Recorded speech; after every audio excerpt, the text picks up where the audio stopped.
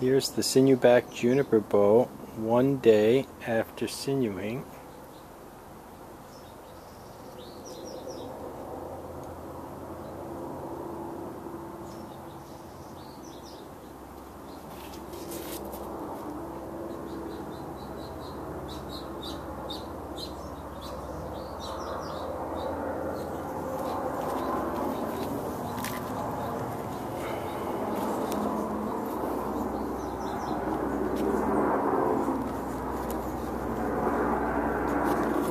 It's already taking a little bit of reflex, and I'll continue to film it up in this same spot so you can see. Probably in a week or so it'll be flat, and maybe after it will start to pull into reflex a little more.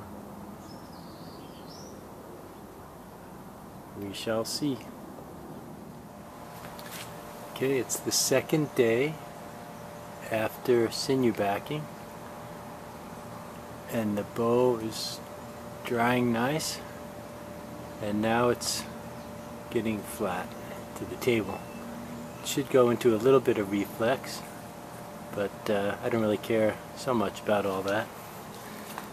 Just wanted to show you how it, for those who haven't seen it, how the sinew pulls the bow the opposite way as it dries, or into reflex.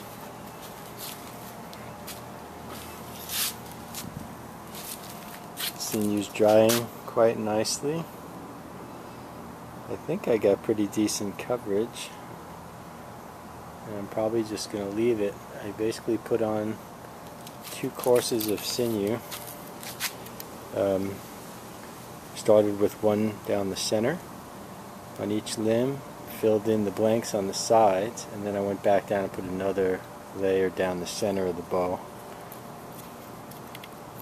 The belly's still pretty much a mess. I tilled it pretty well before I started, but it needs to be re-tillered most likely.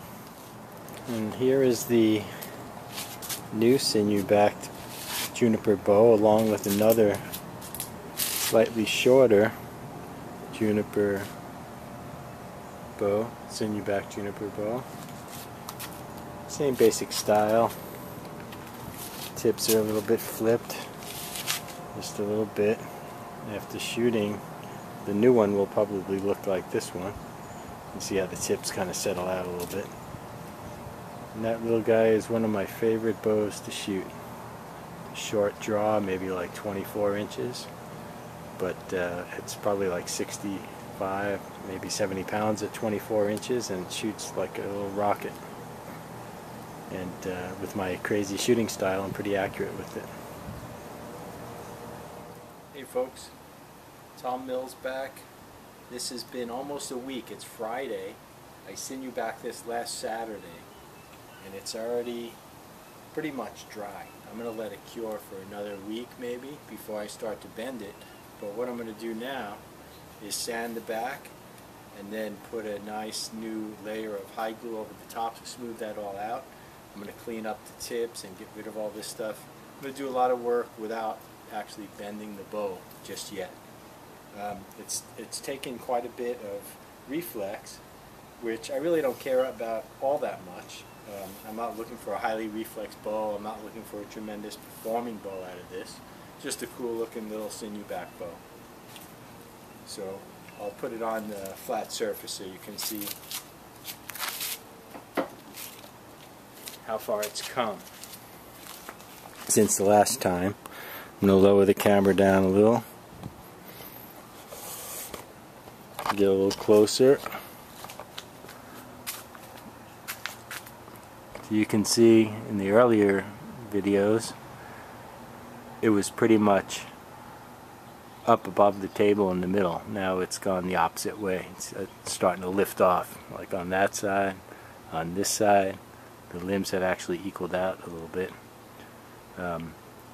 Anyway, like I said, I pre-tillered this bow, so it was already probably shootable. I never really drew it more than a few inches just to test the tiller.